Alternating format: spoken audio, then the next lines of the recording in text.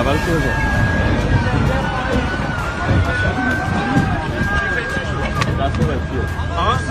دست مهدیه خب هواپیمای تهران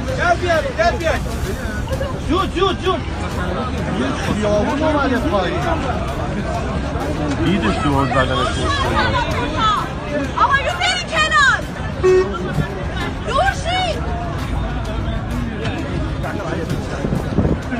مهدی اومده؟ چمدان کو؟ نه اینه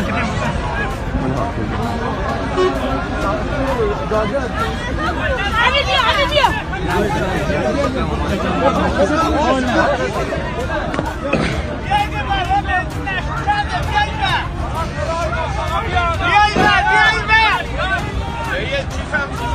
کیفت نیست؟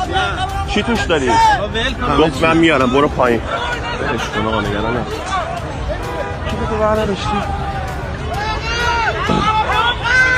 مهدی کیفت